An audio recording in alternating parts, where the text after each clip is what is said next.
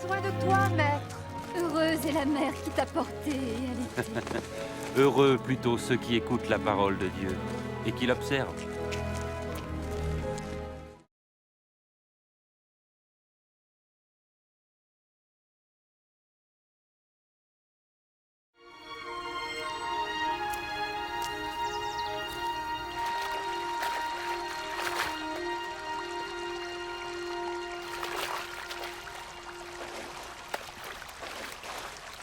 Apprends-nous à prier, comme Jean l'a appris à ses disciples. Quand vous priez, dites « Notre Père qui es aux cieux, que ton nom soit sanctifié, que ton règne vienne, que ta volonté soit faite sur la terre comme au ciel. Donne-nous chaque jour notre pain quotidien. Pardonne-nous nos offenses, comme nous pardonnons aussi à ceux qui nous ont offensés. Protège-nous contre la tentation et délivre-nous du mal. »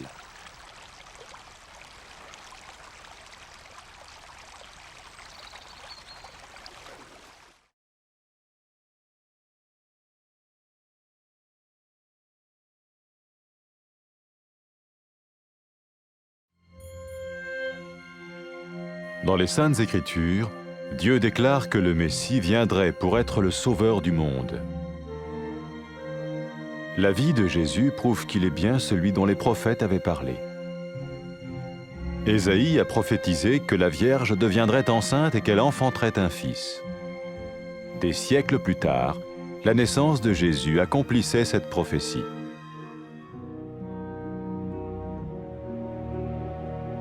Les Saintes Écritures déclaraient que le saint à naître serait appelé le Fils de Dieu. Cela signifiait que Jésus serait le Fils de Dieu au sens spirituel et non au sens physique. Nous le voyons par sa manière de vivre. Il a guéri des malades, il a pardonné leurs péchés, les a ramenés à Dieu et leur a promis une place dans le royaume éternel de Dieu. Il s'est offert lui-même en sacrifice pour le péché à leur place. Puis il est revenu à la vie, victorieux sur la mort selon le plan de Dieu. Jésus a dit « Personne ne me prend la vie, mais je la donne de ma propre volonté. »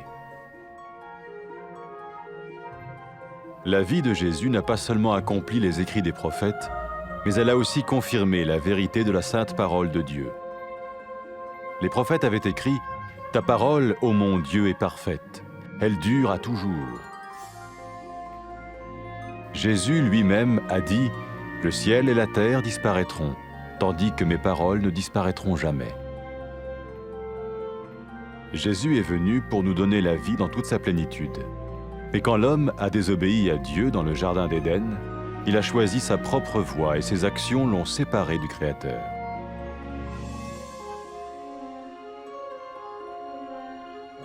Les Saintes Écritures déclarent que tous ont péché et que le salaire que paye le péché, c'est la mort. Il s'agit de la mort spirituelle, éternelle séparation d'avec Dieu. Mais tout comme Dieu a donné un bélier pour qu'il meure à la place du fils d'Abraham, ainsi il a envoyé Jésus, le Messie, mourir à notre place. Sa vie, sa mort et sa résurrection restaurent la relation entre Dieu et tous ceux qui mettent leur confiance en lui.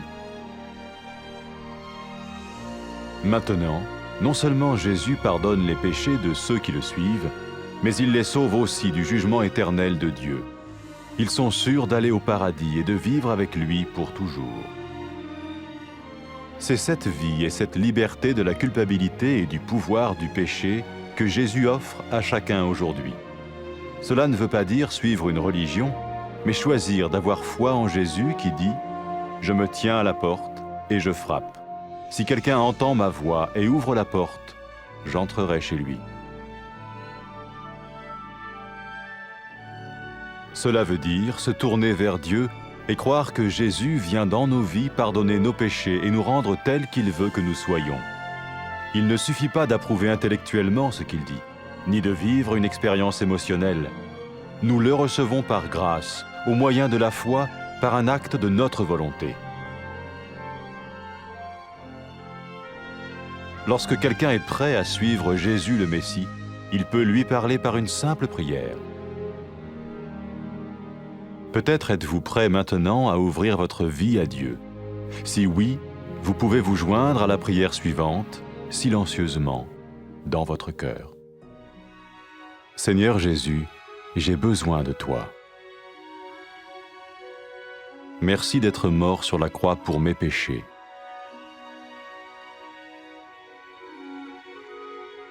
Je confesse mes péchés et je m'en repens.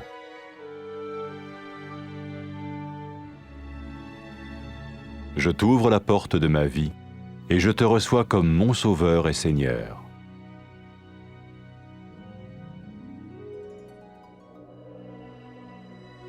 Merci de me pardonner mes péchés et de me donner la vie éternelle.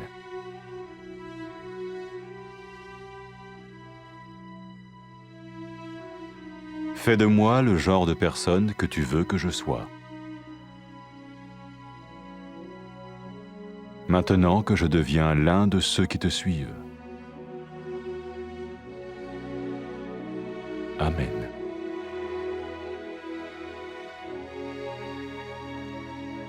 Jésus a dit à propos de ses disciples, « Mes brebis écoutent ma voix, je les connais et elles me suivent. » Pour expérimenter la vie en abondance promise par Jésus, ceux qui le suivent parlent à Dieu chaque jour dans la prière et lisent ou écoutent sa parole. Ils parlent de lui à d'autres personnes et rencontrent régulièrement ceux qui l'aiment et le suivent. N'oubliez pas sa merveilleuse promesse. Tout pouvoir m'a été donné dans le ciel et sur la terre.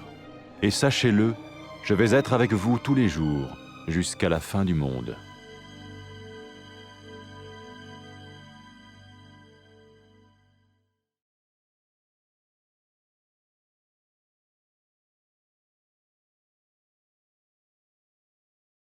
نحن محتاجين ليك. يا بخت أمك الولدتك وربتك. لكن يا بخت الناس اللي بيسمعوا كلام الله وبيعملوا بيه.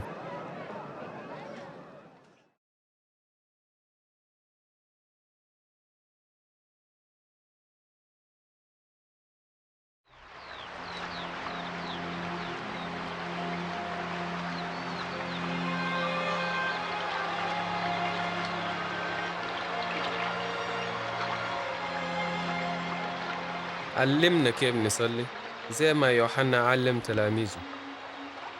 لما تصلوا قولوا أبونا في السماء ليتقدس اسمك يجي ملكوتك زي ما في السماء كمان على الأرض. أدينا أكل كفاية كل يوم. سامحنا على خطايانا زي ما نحن بنسامح الناس اللي بيعملوا لينا بطال. ما تدخلنا في تجربة لكن خلصنا من الشر.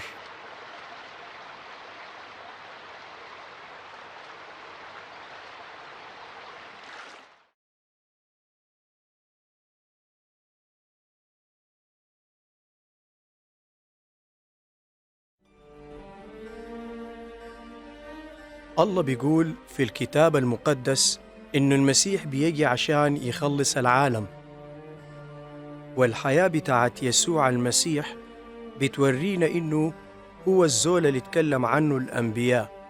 أشعياء اتنبأ وقال العذراء ماشية تحمل وتولد ابنا، وبعد سنين كثيرة تمت ولادة يسوع حسب النبوة.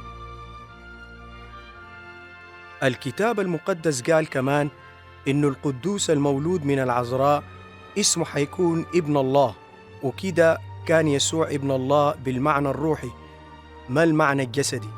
ونحن شفنا الكلام ده واضح في الطريقة اللي عاش بيها يسوع في حياته على الأرض. شفى العيانين وغفر خطاياهم ورجعهم في علاقة مع الله ووعدهم بالحياة الأبدية، وقدم نفسه ضبيحة عن الخطية، خطية البشر، وقام منتصر على الموت. ويسوع قال ما في زول يقدر يشيل حياتي مني، لكن ممكن أنا أسلم حياتي برغبتي. ما بس النبوات اتحققت في يسوع المسيح، لكن أثبتت صحة كلمة الله المقدسة. الأنبياء قالوا كلمة الله ما فيها أي خطأ، وهي كمان أبدية. ويسوع نفسه قال السماء والأرض بينتهوا لكن كلامي ما بينتهي. يسوع جاء عشان يدينا حياة كويسة، لكن الإنسان ما سمع كلام الله لما كان في الجنة ومشى زي ما هو داير، وبالطريقة دي مشى بعيد من ربنا. الكتاب المقدس بيقول إنه الناس كلهم عملوا خطية، وعقوبة الخطية هي الموت، وده موت روحي، يعني الزول انفصل عن الله للأبد. زي ما الله أدى إبراهيم خروف ضبيحة بدل ولده، برضو الله أدانا يسوع عشان يموت بدل مننا. وبحياة يسوع وموته وقيامته الله رجع العلاقة بينه وبين كل زول بيآمن بيه. وبعد ده أي زول ماشي ورا يسوع ما بيغفر له الخطية وبس، لكن بينجيه من حكم الله الأبدي، وعنده مكان مضمون في الفردوس مع الله للأبد. ويسوع ذاته بيقدم لنا الليلة حياة جديدة، ويحررنا من الشعور بالذنب ومن سلطان الخطية. والحياة دي يسوع بيقدمها لكل واحد الليلة. وده ما معناه نحن ماشيين ورا دين معين، لكن علينا أن نختار أن يكون لنا إيمان بيسوع اللي قال أنا واقف في الباب وبدق، لو في زول سمع صوتي وفتح الباب أنا بدخل له. والكلام ده معناه نرجع لله ويكون عندنا إيمان إنه يسوع بيدخل حياتنا ويغفر لنا خطايانا ويخلينا نعيش زي ما هو داير. ما كفاية تقبل الكلام ده بعقلك بس أو بالشعور والعواطف، لكن نقبله بالنعمة بإيماننا بيسوع، وده بيتم بإرادتنا. ولما الزول يكون داير يمشي ورا يسوع، يمكن يكون داير يتكلم مع الله عن طريق صلاة بسيطة. احتمال انت داير تسلم حياتك ليسوع. هسا لو انت داير يمكن تشترك معانا في الصلاة الجاية وترددها في قلبك وانت ساكت جملة جملة. يا رب يا يسوع، أنا محتاج ليك. بشكرك لأنك مت على الصليب عشان خطاياي. أنا هسا بعترف بالخطايا بتاعتي وبتوب منها، وأنا بفتح باب حياتي وأقبلك مخلصي وسيدي.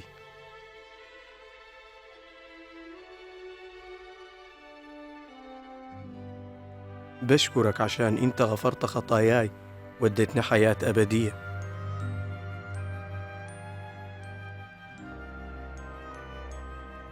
خليني أكون زي الزول اللي أنت دايره يكون، وأنا ماشي وراك. آمين. يسوع قال للناس الماشيين وراه الخرفان بتاعتي بتسمع صوتي وأنا بعرفها وهي بتمشي وراي، عشان تختبر الحياة الكويسة اللي وعدنا بيها الرب يسوع المسيح للناس الماشيين وراه.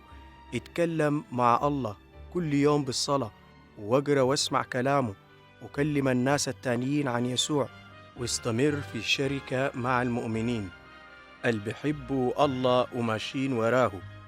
اتذكر وعده العظيم لما قال السلطان بتاع السماء والأرض في يدي، أمشوا واعملوا تلاميذ في كل الأرض وأنا معاكم لغاية نهاية الدنيا. آمين.